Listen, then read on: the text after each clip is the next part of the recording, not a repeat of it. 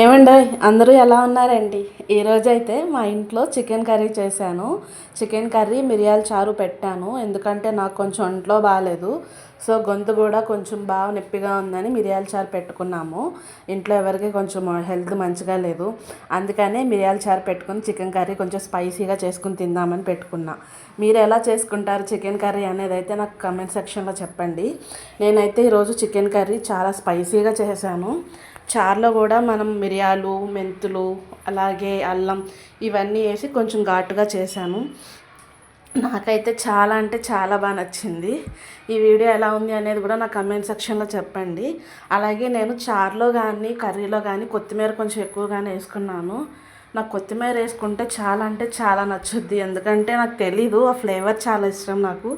But నా హస్బెండ్కి అయితే కొత్తిమీర నచ్చదు. బట్ నో ప్రాబ్లం, కర్రీ ఉడుకుతున్నప్పుడు వేసేస్తే దాంట్లో కలిసిపోతుంది కాబట్టి తప్పకుండా తినేస్తారు. ఆ నమ్మకం నాకైతే ఉంది. అందుకని కొంచెం చారులోను కూరలోను కొంచెం ఎక్కువే నేను కర్రీ వేసేసాను. అలాగే ఇది మొత్తం కూడా ప్రిపేర్ అయ్యేసరికి నాకు కొంచెం టైం అయితే పట్టింది. బట్ నాకైతే నచ్చింది. చూడండి ఫ్రెండ్స్, ఘాటుగా చాలా అంటే చాలా బాగుంది. కర్రీ అయితే ఎక్సలెంట్ ఉంది. కొత్తిమీర టేస్ట్తో కొంచెం స్పైసీగా చాలా బాగుంది. ఈ కర్రీ ఎలా ఉంది అనేది నేను ఇప్పుడు చూపించాను కదా. కర్రీ టేస్ట్ అనేది నెక్స్ట్ వీడియోలో పెడతాను. మీరు కానీ నా ఛానల్ని ఫస్ట్ టైం చూసినట్లయితే నా ఛానల్ని సబ్స్క్రైబ్ చేసుకోండి.